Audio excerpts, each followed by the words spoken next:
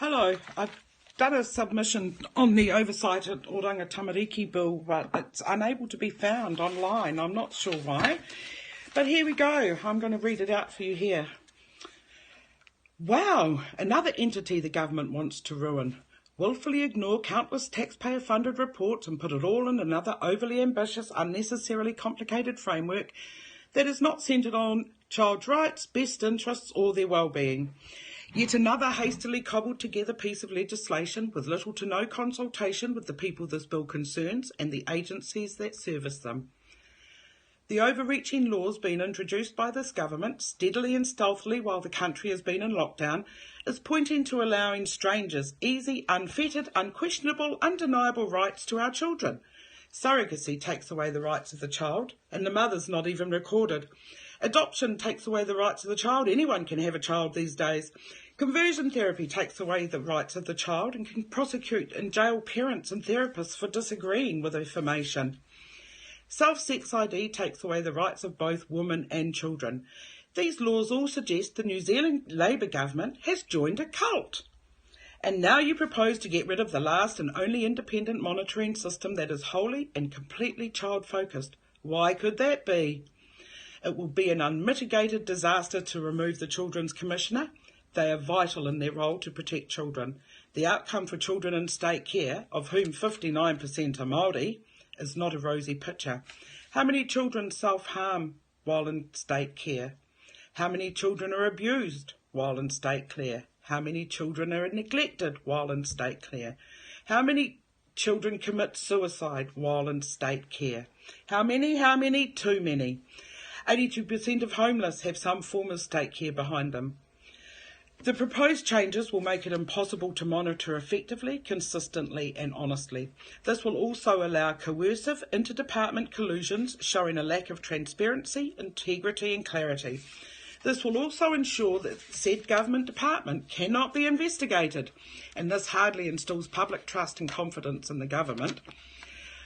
The proposal to have a board made up of 50% of people who have knowledge of tikanga Māori is an insult, a downright insult, not just tokenism, and at least 50% should whakapapa Māori.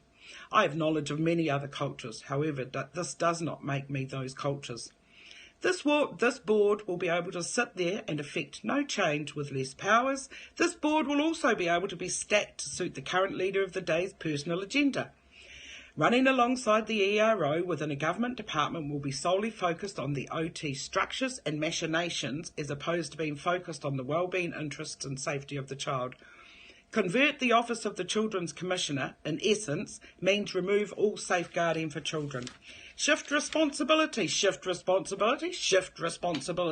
for complaints and investigations regarding Oranga Tamariki from the Office of the Children's Commissioner to the Ombudsman. This is not a child-centred or focused role. The Ombudsman will be too busy dealing with vaccine-injured citizens to have time to deal with the overwhelming amount of work that will be presented to them.